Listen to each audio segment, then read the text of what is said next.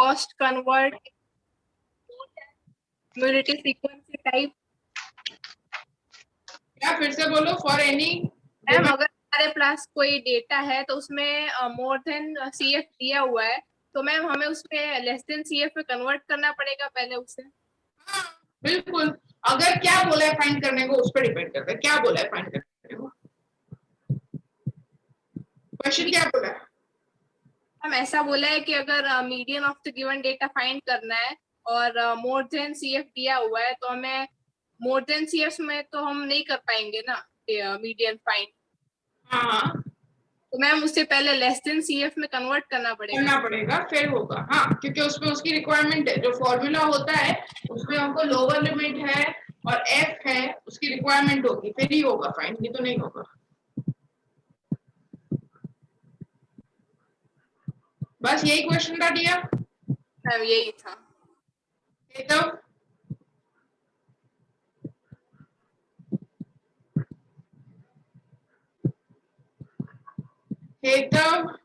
हाँ ma'am, ma'am एक बार elimination method समझा दो ना।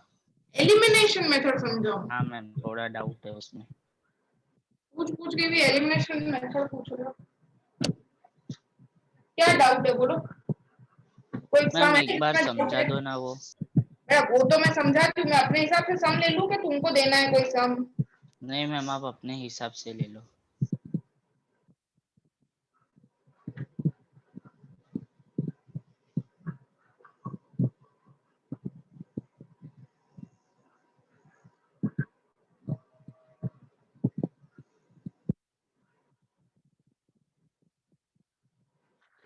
एलिमिनेशन मेथड जो है,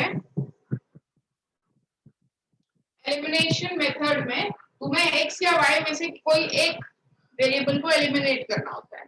तो हम मोस्टली अपोजिट साइन वाले को पहले लेते हैं, ऐसा कोई रूल नहीं है, बट वो ज्यादा इजी रहता है। तो अगर तुमको कोई भी, तुम x को या y को, जिसको भी तुम चाहो एलिमिनेट कर सकते हो। कैसे एलिमिनेट होता है? उसका कोएफिशिएंट को सेम करके। तो कोएफिशिएंट सेम, मेरे को अगर y को एलिमिनेट करना है तो यहाँ पे 4 है, यहाँ पे 2 है, तो मैं 2 को 4 में कन्वर्ट कर सकती हूँ by multiplying whole equation by 2। तुमको सिर्फ इसी का देखना है। यहाँ पे 4 कैसे आएगा? 2 में 2 मल्टीप्लाई करके 4 आएगा, तो वो 2 मल्टीप्लाई, बट वो 2 सब से मल्टीप्लाई, सिर्फ 2y से मल्टीप्लाई नहीं होगा, पूरे इक्वेशन से ही मल्टीप्लाई करना पड़ेगा। तो ये आ जाएगा 3x 4y 10 और 2 से मल्टीप्लाई कर दो सबको, तो इधर भी 4y आ गया। बाकी चेंजेस होंगे बट ये दोनों कोएफिशिएंट सेम हो जाएंगे। अब दोनों की साइन ऑलरेडी अपोजिट आ गई, तो तुम्हें साइन नहीं चेंज करनी पड़ेगी, ये कैंसिल हो जाएगा। 3 + 4 7 14 x = 2। ठीक है, ये मैंने अपोजिट साइन थी उसका किया। इफ बाय चांस तुमको वो वाला नहीं करना, तुमको x को एलिमिनेट करना है, you wish to eliminate x, so x के coefficient I have to do same।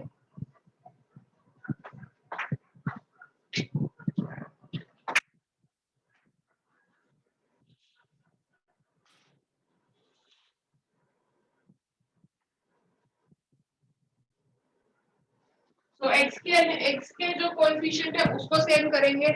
x के कोएफिशिएंट को देखो, इधर 3 है, इधर 2 है, तो 3 में कुछ मल्टीप्लाई करके 2 नहीं ला सकते और 2 में कुछ मल्टीप्लाई करके 3 नहीं ला सकते। तो इन सच केसेस जब ऐसे आ जाए तो तुम इसको 2 से मल्टीप्लाई करो, यानी इसका जो कोएफिशिएंट है उससे करो, और इसको इसका जो कोएफिशिएंट है उससे करोगे। 2 3, so this will become 6x 4 2s are 8y 10 2s are 20, 6x 6y equals to 6। ठीक है, ये इसके कोएफिशिएंट से ये पूरा इक्वेशन कर दिया और इसके कोएफिशिएंट से ये पूरा कर दिया। अब दोनों की साइन सेम है, होनी चाहिए अपोजिट। अगर अपोजिट है तो ठीक है, तुमको चेंज नहीं करनी पड़ेगी, और अगर सेम है तो चेंज करनी पड़ेगी, नहीं तो कटेगा नहीं। तो यहाँ पे दोनों ही प्लस प्लस है, इसकी सेकंड वाले की चेंज करेंगे, माइनस माइनस का हो जाएगा प्लस, प्लस का हो जाएगा minus. 8 + 6 20 - 6, so value of y will be 1।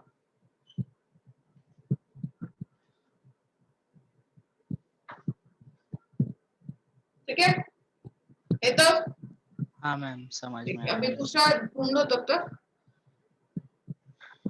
हाँ, मैम हम चैप्टर 6 में से नहीं पूछ सकते ना अभी? पूछ लो बेटा, कोई भी चैप्टर में से किसी को भी डाउट हो, just raise your hand. Kavya बेटा, raise your hand for any chapter you have doubt, just raise your hand for your. Shivali ma'am, ma'am ma'am हमारे स्कूल में ट्रिग्नोमेट्री स्टार्ट कर दिया। ठीक है बेटा, करने दो। चलो नेक्स्ट इज काश्मीरी। हाँ मोक्षा बोलो। मैम चैप्टर 4 में डाउट है। हाँ मैं आ रही हूँ सब पे one by one. Wait, Kashmiri. अच्छा बेटा, तुम लोगों की पोदार स्कूल के स्टूडेंट्स हैं, उनकी 9th को एग्जाम स्टार्ट हो रही है। पहली एग्जाम शायद साइंस की है। साक्षी मैम से बात हो गई? केमिस्ट्री के डाउट्स हो गए कल सॉल्व? हाँ मैम। हाँ मैम केमिस्ट्री वाले दोनों के हो गए। और फिजिक्स के? मैम फिजिक्स के बता बाकी है मैम। क्या बेटा, फिजिक्स के बाकी है मैम। बाकी है। मैम ने क्या कहा फिजिक्स का लेक्चर का? मैम वो नहीं बताया ना, हमने पूछा था। Very good, okay. और मंडे को कौन सी एग्जाम है तुम लोग की? SS ma'am SST. मंडे को छुट्टी है, ट्यूसडे को एसएसटी है। ओके फाइन, ठीक है। चलो now next doubt is Kashmiri, that is completing square. Okay,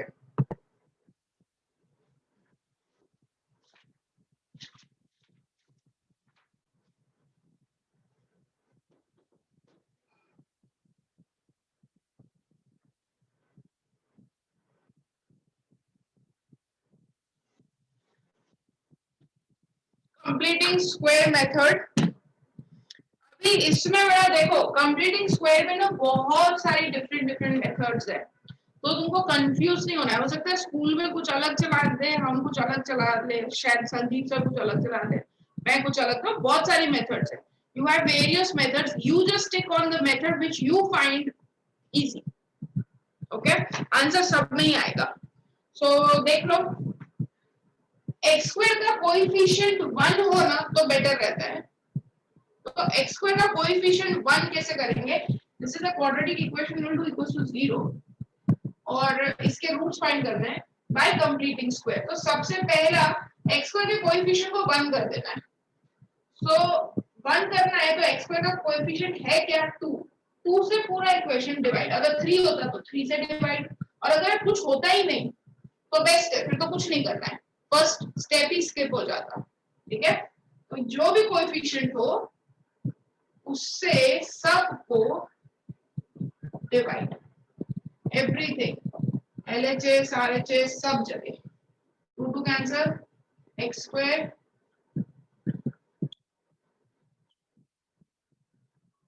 zero. अब इसको परफेक्ट स्क्वायर ट्राइनोमियल बनाना है। You know what is perfect square trinomial? a minus b whole square या a plus b whole square. ठीक है, इसको ऐसा बनाना है। तो आगे तो एक्स स्क्वायर है, परफेक्ट स्क्वायर ट्राइनोमियल बनाने के लिए, ऐसे फॉर्म में बनाने के लिए पीछे भी परफेक्ट स्क्वायर होना चाहिए और आगे भी होना चाहिए, दोनों जगह। तो यहाँ पे नहीं है, लास्ट टर्म हमारा परफेक्ट स्क्वायर नहीं है, तो हम लास्ट टर्म फाइंड करेंगे। क्या होता है फॉर्मूला लास्ट टर्म का? ये रफ में करने का मतलब, ये तुमको यहाँ शो नहीं करना, don't show it here, solve in rough. Last term का फॉर्मूला क्या होता है? फर्स्ट टर्म का square into last term square into 4 into first term. First term में ऑलरेडी ना बेटा 1 कर ही चुकी हूँ, देखो उसका रीजन ये है, यहाँ पे तुम्हें सिर्फ 4 ही करना है डिवाइड। फॉर्मूला ये होता है middle term square 4 into first term. First term का कोएफिशिएंट हम ऑलरेडी 1 कर ही चुके हैं पहले ही, तो यहाँ से 4 ही चलेगा, 4 इनटू 1 ही होने वाला है, वो 4 चलेगा खाली। फाइंड करते हैं last term, middle term, just write the coefficient, no need to write any variables x, a, y, ये कुछ नहीं लिखना है, सिर्फ numbers लिखने हैं with sign। so middle term है -5/2 upon 4।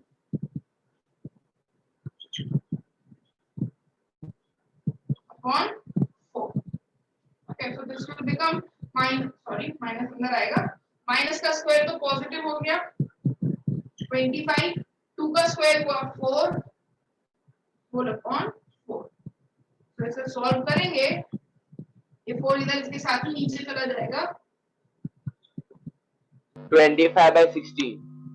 और एक चीज ध्यान रखने की, कभी भी लास्ट टर्म नेगेटिव नहीं आएगा, कभी नहीं आएगा, नेगेटिव आएगा ही नहीं। लास्ट टर्म नेगेटिव आएगा तो परफेक्ट स्क्वायर ट्राइनोमियल बनेगा नहीं, नेगेटिव आया तो परफेक्ट स्क्वायर ट्राइनोमियल ही नहीं बनेगा, ठीक है। तो लास्ट टर्म नेगेटिव नहीं आएगा। तो मेरा लास्ट टर्म आ गया बेटा, फॉर्मूला है middle term square upon 4, middle term था 5/2 माइनस 5/2, उसका किया। अब सपोज तुम ये स्टेप नहीं करते, जैसे तुम यहीं से सीधा लास्ट टर्म फाइंड करते हो तो भी चलेगा, बट उधर ध्यान रखने का 4 इंटू फर्स्ट टर्म, फॉर्मूला ये होता है 4 इंटू ft। मैंने ft 1 कर दिया है, इसलिए यहाँ पे सिर्फ 4 लिखा है। तुम अगर ये पूरा स्टेप स्किप करते हो तो तुम्हें 2 लिखना पड़ेगा, 4 2 का 8, ओके।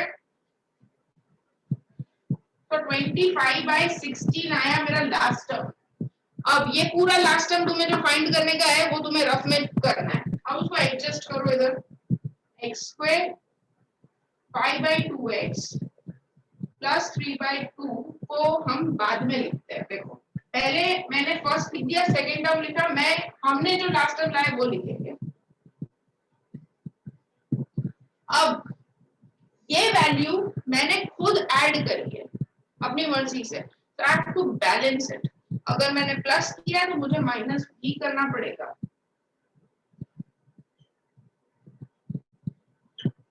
और जो ओरिजिनल है वो तो लिखना ही पड़ेगा। क्वेश्चन मेरा नहीं चेंज होना चाहिए, मेरा इक्वेशन बिल्कुल भी चेंज नहीं होना चाहिए, ठीक है। इट्स समथिंग लाइक दिस, अगर मैंने ये इक्वेशन दे रखा है सपोज x + 4, तो मेरे को इसमें 2 ऐड करना है, तो 2 ऐड करके 2 सब्ट्रैक्ट भी कर दिया, सेम ही इक्वेशन है। देखो दोनों 2 और 2 कैंसिल हो गया, सेम इक्वेशन, राइट। तो इस टाइप से अगर तुम कुछ इसमें ऐड कर रहे हो तो तुम्हें सब्ट्रैक्ट भी करना पड़ेगा to balance the equation, okay. Now ये बन गया मेरा perfect square trinomial, first 3 terms. This is my perfect square trinomial, so this will be x minus x square होता है x का माइनस लास्ट टर्म क्या है 25/16, किसका स्क्वायर होता है 25/16, किसका स्क्वायर होता है 5/4 का, 5/4 का। हमेशा ये साइन ना, इन दोनों ये वाली जो साइन होती है वही आएगी, इधर प्लस तो इधर भी प्लस, इधर माइनस तो इधर भी माइनस। 5/4 का होल स्क्वायर, ये कैसे बना, ये a square minus 2ab plus b square के फॉर्म में आ गया है। ये जो है ना परफेक्ट स्क्वायर ट्राइनोमियल बन गया।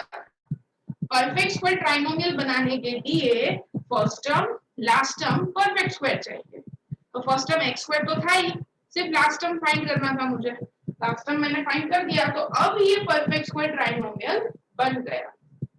इसके अलावा ये जो 2 नंबर्स बच रहे हैं उसको तुम राइट हैंड साइड मूव कर दो, दोनों को उधर। 25/16 माइनस का प्लस हो गया 3/,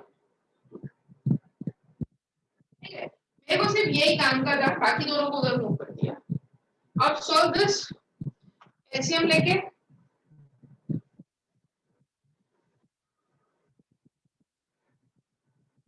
तो x माइनस 5/4 होल स्क्वायर, यहाँ पे 16 लेकर आ जाते हैं, इंटू 8 कर देते हैं, 16 हो जाएगा लाइक फ्रैक्शन 1/16 तो 25/16 24/16 हो गया लाइक फ्रैक्शन। तो अब उसे सॉल्व कर सकते हैं हम। 25 minus 24 is 1, 1/16, this will become square root, go on that side, it will become square root, और स्क्वायर रूट में से कोई भी वैल्यू निकलती है वो प्लस एंड माइनस होके निकलती है, 1 and 4। तो मैम ये हो जाएगा -5/4 equals to 1/4, x minus 5/4 equals to is equal to minus -1/4. उधर लेके जाके उसे सॉल्व कर दो. Okay, next doubt is, Kashmiri बेटा समझ में आ गया? Yes ma'am. मैम मैं लेट ज्वाइन हुई थी, तो हम कौन सा चैप्टर कर रहे हैं अभी? बेटा हम डाउट सॉल्व कर रहे हैं, तुम्हें कोई भी डाउट हो तो just raise your hand. Doubts सिर्फ आज डाउट्स ही कर रहे हैं. काव्या? मैम हाँ मैम मुझे एपी में डाउट है एक. एक्चुअली उसमें which term of the AP 24, 21, 18, 15 21, 18, 15 yes is the first negative term. हाँ, और बेटा नेगेटिव टर्म के लिए ना तुम्हें वो टर्म जो है वो लेस देन 0 होना चाहिए. नेगेटिव मतलब वो क्या होना चाहिए? 0 होना चाहिए.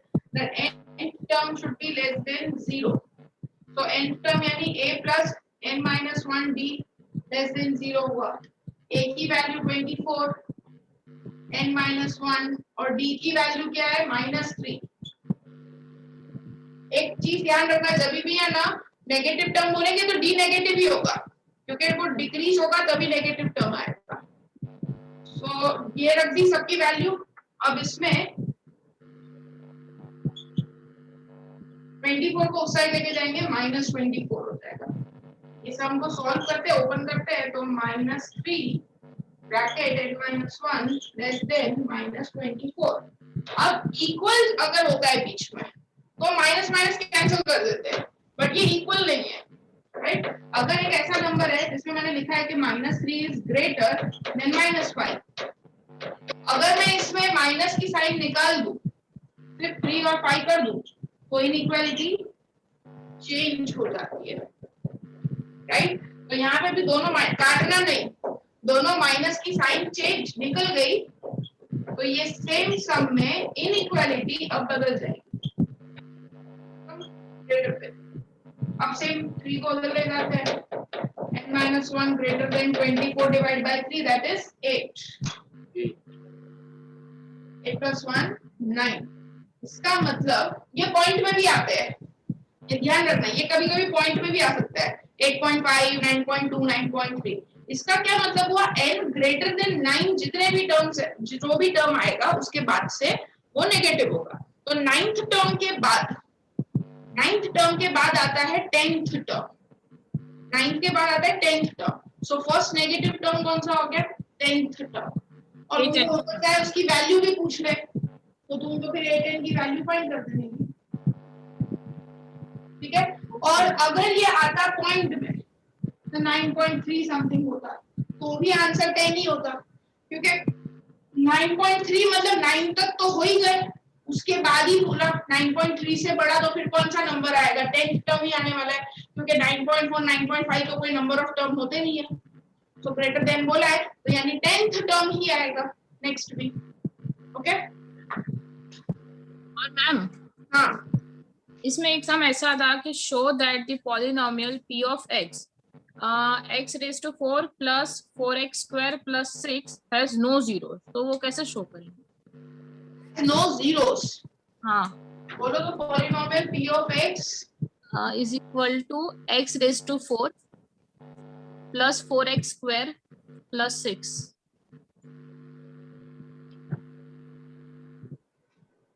show that it doesn't have any zeros.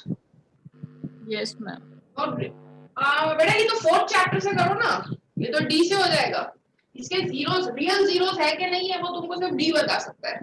हम स्प्लिटिंग मिडिल टर्म या उससे तो नहीं बता सकते, बट d से बता सकते हैं. तो d की वैल्यू क्या होती है? b² - 4ac. तो 4 का स्क्वायर 4, 1 and 6. Was 20. 24 हो गया. नेगेटिव -4 होगा. नेगेटिव हो गया. So if d is negative, there are no real zeros.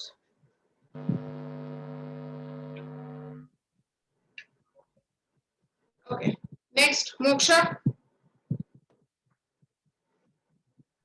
Ma'am मुझे क्वेश्चन मैम चैप्टर 6 का डाउट आप ले सकते हो अभी? हाँ हाँ बोलो क्या।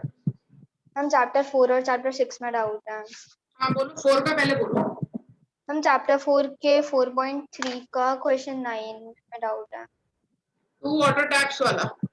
Yes ma'am. ओके स्नेहा तुम्हारा क्या डाउट है? मैम मेरे तो बहुत से डाउट्स है। ओके 4 मैम पहला क्वेश्चन, एक मिनट आर्य तुम्हारा क्या डाउट है? मैम मेरे भी मैम 3-4 क्वेश्चन में डाउट था। ठीक है बेटा यहाँ पे कल जिसकी एग्जाम है उनमें से ये 3 में से कोई भी नहीं है इधर, तो जिनकी कल एग्जाम है उनके सारे डाउट्स क्लियर हो गए? कॉस्मोस वालों को कोई डाउट ही नहीं है बेटा? मैम मुझे एपी में डाउट है, वो टेक्स्ट बुक वाला सम है, नहीं आ रहा है। वो हैंड रेस करके रखो बेटा, मैं तुमको पहले पूछूंगी इसके लिए। Yes ma'am. क्योंकि तुम्हारी एग्जाम कल है बेटा। बाकी के लोगों को नहीं है कोई doubt? Cosmos students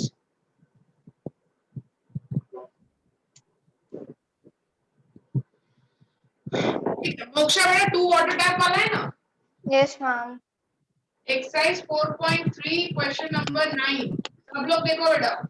water tap वाला सब लोग ने किया था। 2 वाटर टैप्स।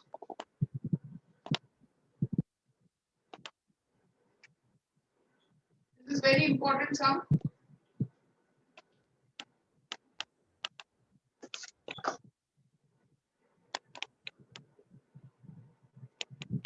दो टैप है, एक लार्जर,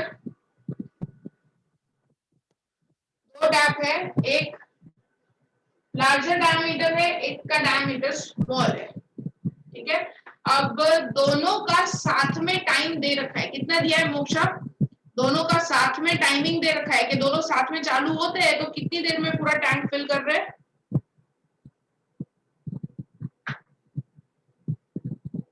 मोक्षा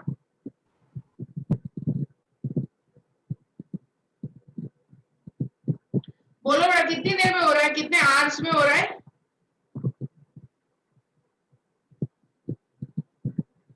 आवाज नहीं आ रही है मोक्षा। ईयर प्लग निकाल के बोलो मोक्षा, अनप्लग करके।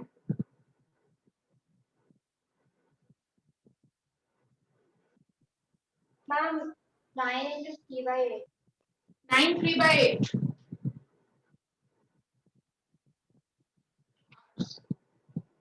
ओके। और ये भी बताया है कि एक जो है टैप x आवर्स लेता है तो दूसरा उससे 10 घंटे ज्यादा ले रहा है। मतलब अगर बड़ा वाला x आवर्स में फिल कर रहा है टैंक को तो दूसरा उससे 10 घंटे ज्यादा ले रहा है। ऑब्वियस सी बात है क्योंकि ये टैप छोटा है तो उसको फिल करने अकेले अलोन। ठीक है ये जो टाइम है ना 9 3/8 वो साथ में दोनों नल साथ में चालू है तो 9 3/8 आवर्स में फिल हो रहा है फुल टैंक। बट अगर अकेले एक एक को मतलब एक को बंद करके सिर्फ एक ही चालू करे तो इसको x आवर्स लगते हैं तो इसको x + 10 लगते हैं, 10 घंटे इससे ज्यादा लगते हैं। ये भी है तो हम दोनों का 1 आवर का काम फाइंड करेंगे कि लार्जर डायमीटर या लार्जर टैप का वर्क डन इन 1 आवर कितना हो जाएगा? 1/x। कैसे? 1x आवर्स में पूरा एक टैंक फुल हो जाता है। 1 टैंक फुल 1 टैंक 1 घंटे x घंटे में। तो 1 घंटे में कितना फुल होगा? Cross multiply 1 × 1/x। ठीक है x आवर्स में पूरा टैंक फिल हो जाता है तो 1 आवर में कितना होगा? 1/x होगा। तो ये 1/x आया। फिर स्मॉलर टैप का फाइंड करेंगे। स्मॉलर टैप का 1 आवर का वर्क कितना आएगा? 1/x + 10। उसका टाइम कितना है तो लेने का पूरा कंप्लीट करने का x + 10। तो 1 घंटे में 1/x + 10 हो गया। अब दोनों को यू हैव टू वहां पे हमको बोला है कि हमें दोनों का अब अगर दोनों को साथ में चालू करते हैं तो इतना टाइम देता है। तो दोनों को साथ में चालू कर रहे हैं मतलब 1/x + 10 ये दोनों का 1 आवर का काम 1 घंटे का।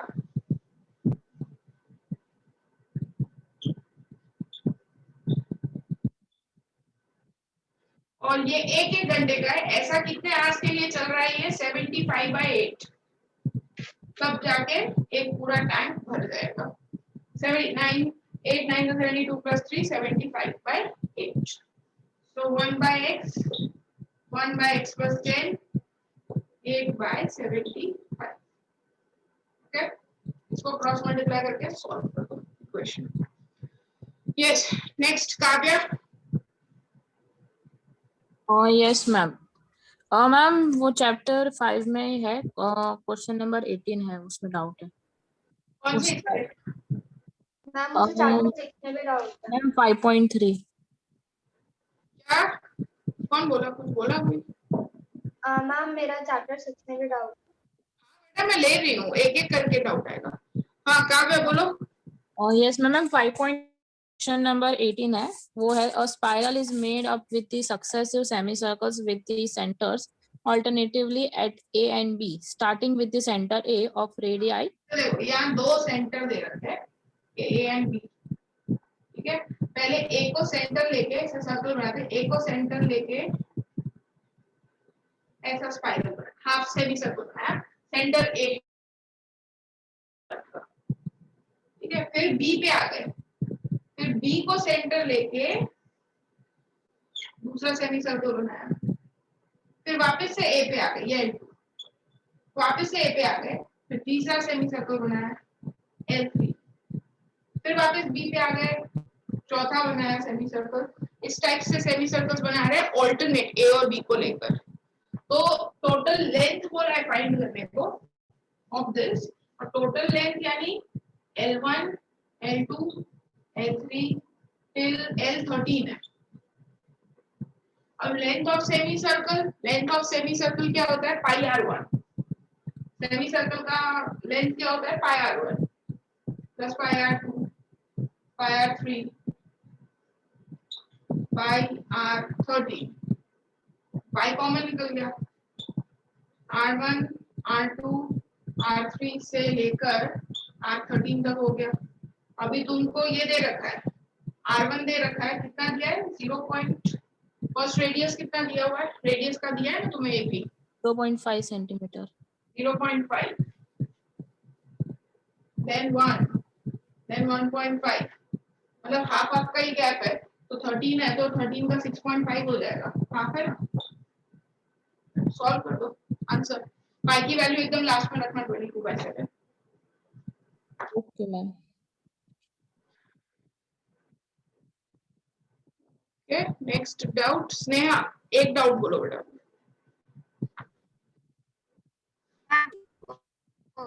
क्वेश्चन है, show that there is no positive integer n for which root n minus 1 plus n+1 वो करवाऊंगी बेटा।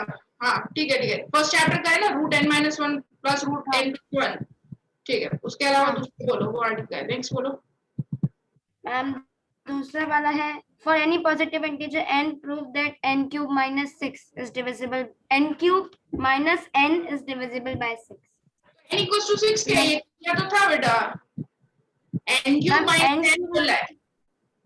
हाँ, is divisible by 6। 6, तो n की वैल्यू क्या लोगे? एक 6 के लोगे, एक 6 के +1 लोगे।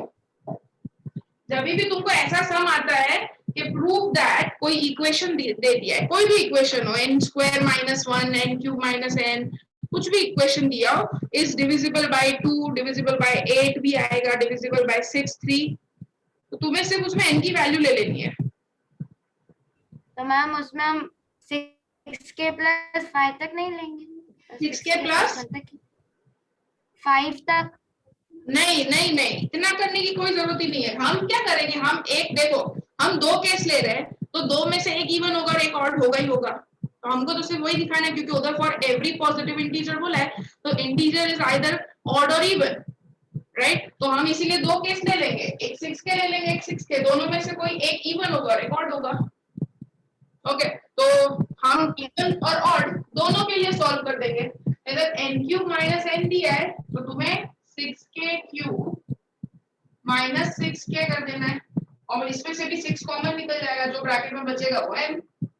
तो यहाँ पे भी सेम, n की जगह पे 6k + 1 रख देना है, जो ब्रैकेट में बचेगा वो। हाँ 6 कॉमन निकल जाएगा, 1 1 कैंसिल हो जाएगा, 6 कॉमन निकल जाएगा उधर भी। Okay. Next is Arya. Yes, ma'am. Ma'am, I am having doubt in fifth one of exercise 3.5. The area of a rectangle gets reduced by 9 square units if the length reduced by 5 units. Okay सब लोग ना ये मेरे को repeat नहीं होनी चाहिए, इसमें डाउट्स में ध्यान देना। जो चैप्टर्स अपने चल गए हैं यहाँ पे उनकी बात कर रही हूँ। 3.5 तो एक्सरसाइज 3.5 में क्वेश्चन नंबर 5 दिया है एरिया वाला सब। तो हम सपोज करेंगे उसमें कि सपोज लेंथ को ले लेते हैं x यूनिट्स और ब्रेथ को ले लेते हैं y यूनिट्स। यूनिट लिखना है इधर। तो एरिया हो गया x into y, length x, breadth y, so area हो गया x into y। नाउ पहली कंडीशन क्या दी है Arya? Length increase breadth decrease क्या दिया है?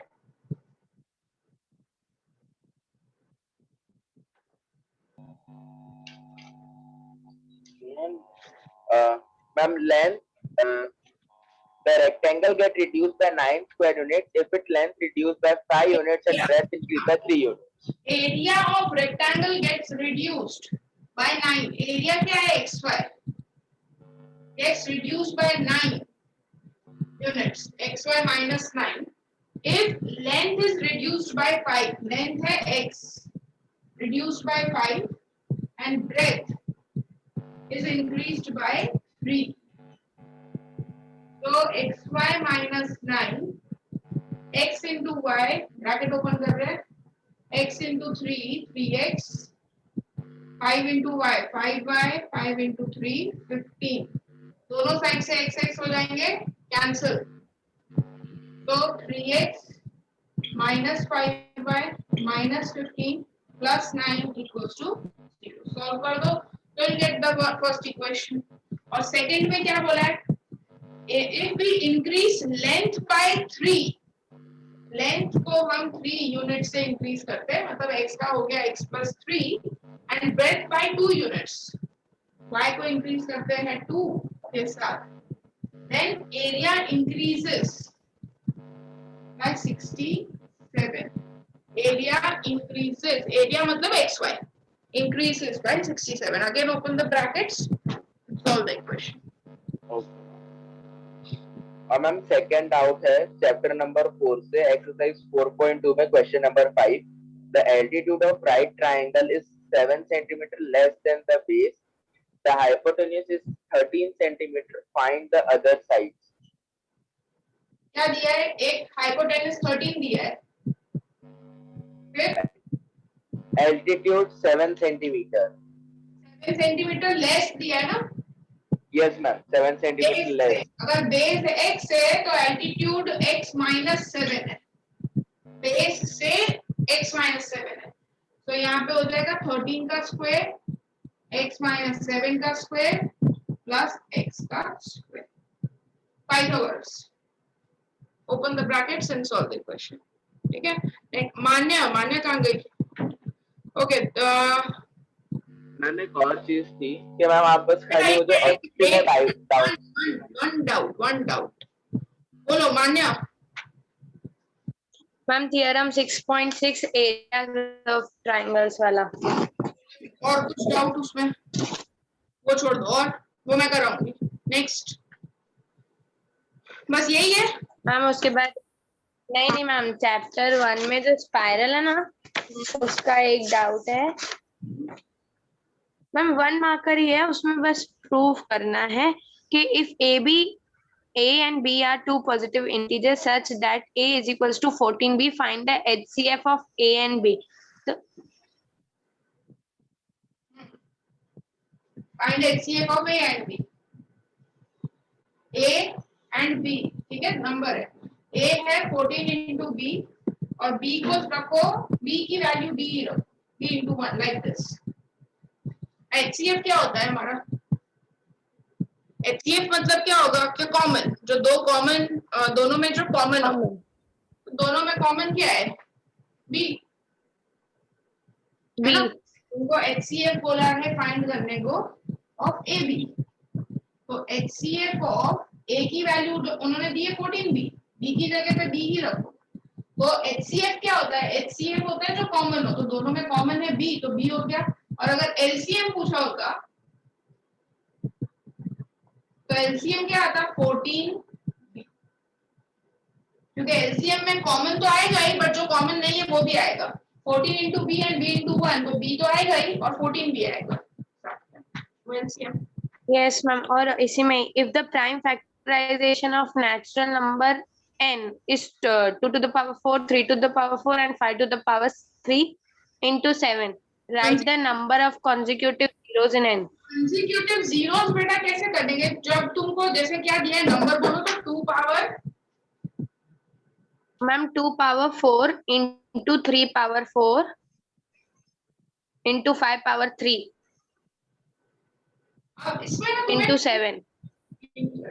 2 का और 5 भी देखने का, बस ये दो के ही पावर देखने के, क्योंकि 10 0 मतलब 10 के मल्टीपल्स, तो वो उसी से आएगा। तो तुम्हें सिर्फ 2 और 5 के ही पावर्स देखने हैं, और उसमें भी जो सबसे बड़ा पावर है दैट इज योर आंसर।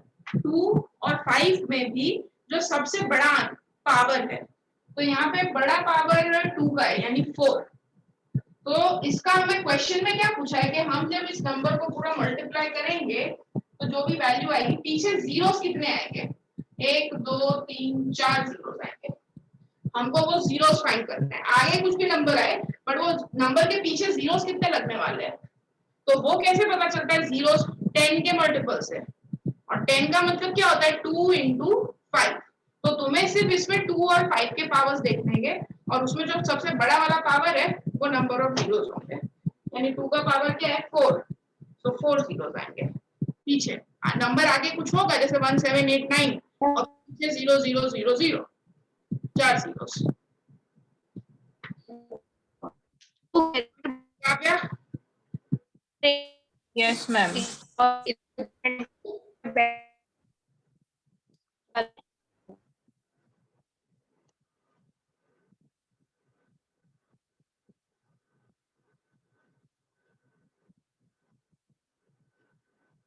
हाँ काव्या। Yes ma'am. मैम एक और डाउट है, एपी का ही है, इसमें दिया है in a given AP if pth term is q and the qth term is p, then show that the nth term is p plus q minus n. इसमें ना तुम वैल्यू पुट करो। एपी का फॉर्मूला क्या होगा? ये AP P term a plus p minus 1d, और इसका फॉर्मूला क्या होगा? a plus q minus 1d। ठीक है, अब इसको एलिमिनेशन से सॉल्व करो, दोनों इक्वेशन को एलिमिनेशन से सॉल्व करो। Minus minus minus, bracket open कर देना इसके। ठीक है, एलिमिनेशन से सॉल्व करो, you will get value of a, you will get value of d।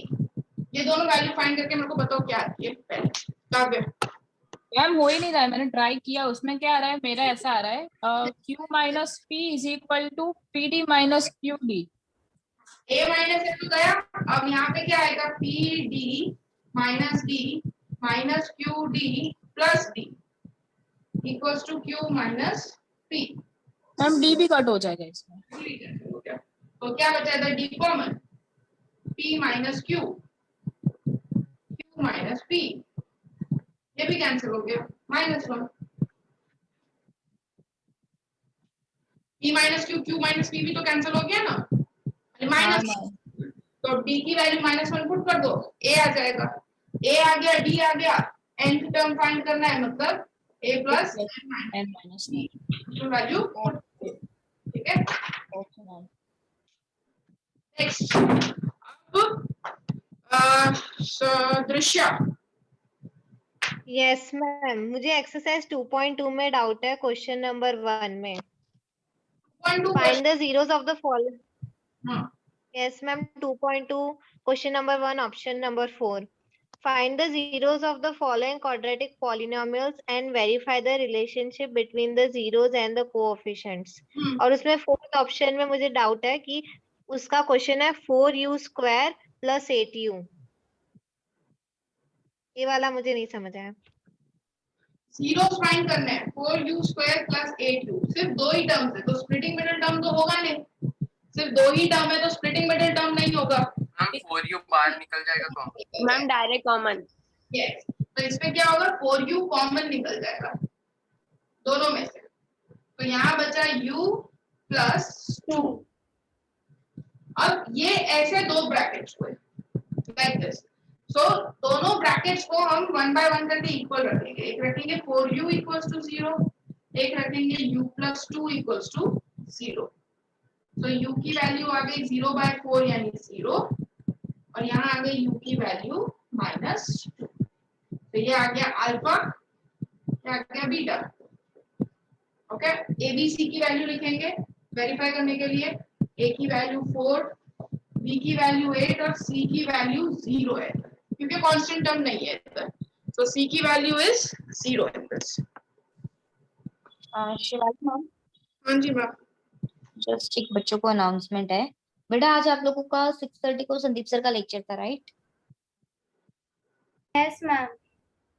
वो आज कैंसिल होकर कल 3:30 बजे है, 3:30 को है कल।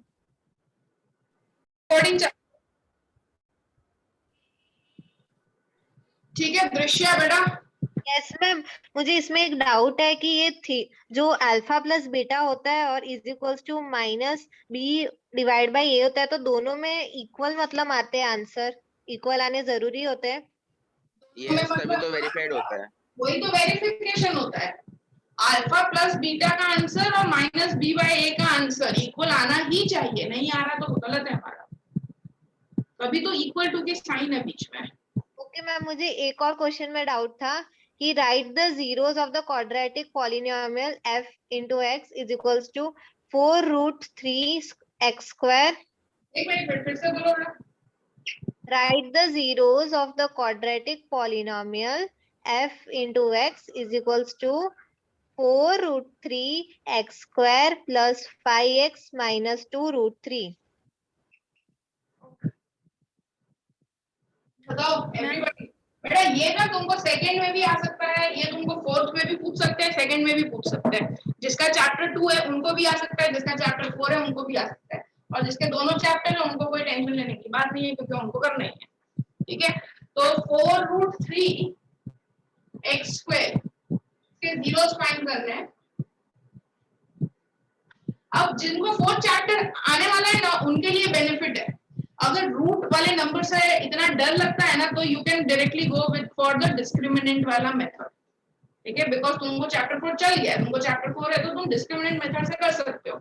स्प्लिटिंग मिडिल टर्म जब तक मेंशन ना किया हो, तुमको क्वेश्चन में ऐसा मेंशन नहीं किया है कि मेथड ऑफ फैक्टराइजेशन से करो, तो तब तक तुम डीपी कर सकते हो, कोई दिक्कत नहीं। और चैप्टर 4 नहीं चला तो नहीं कर सकते। तो अगर हम ये स्प्लिटिंग मिडिल टर्म से करते हैं -24 4√3 2√3 का मल्टीप्लाई, तो 4 2 जा 8, √3 into √3 is 23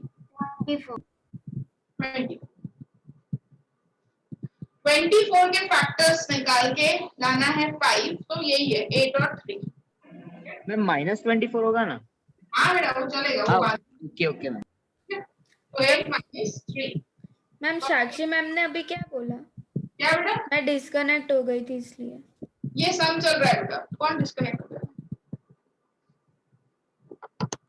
ma'am Sakshi ma'am ने क्या बोला था अभी? हाँ बेटा, आज संदीप सर का लेक्चर नहीं है, कल 3:30 को होगा संदीप सर का lecture. Okay ma'am. So 4√3 x square plus 5 की जगह क्या रखेंगे 8 and 3।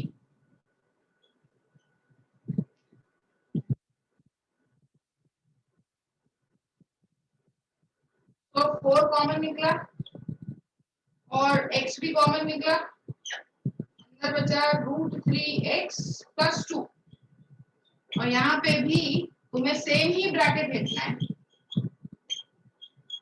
ठीक है, ब्रैकेट सेम ही लिखना है। अब तुम देख लो कि तुमको कौन सा यहाँ पे कॉमन दिख रहा है कि निकल गया। अब यहाँ पे 2 है तो इधर भी 2 है, √3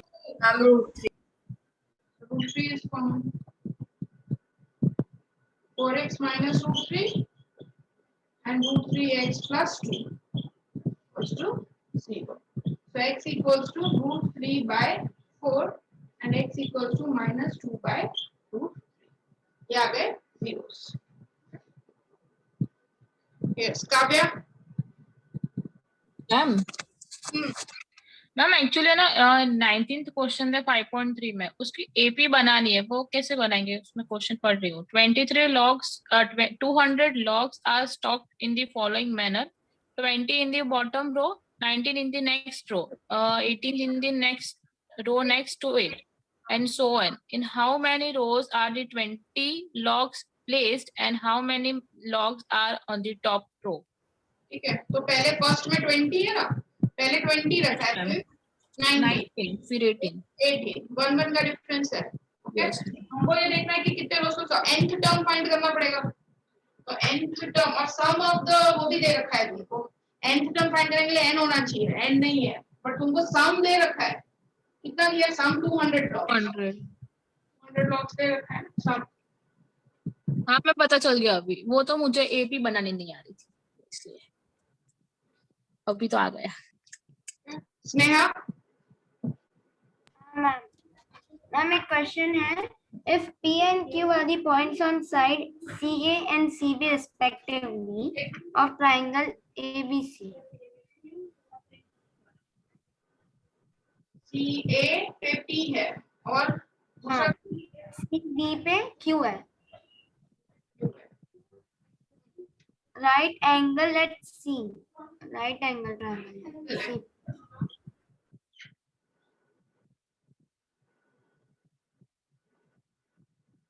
Okay.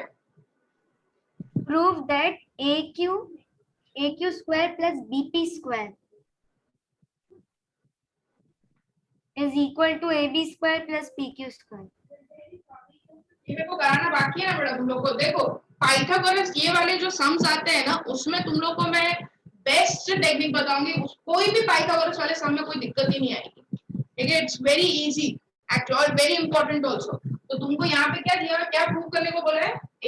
AQ square equals two plus BP square.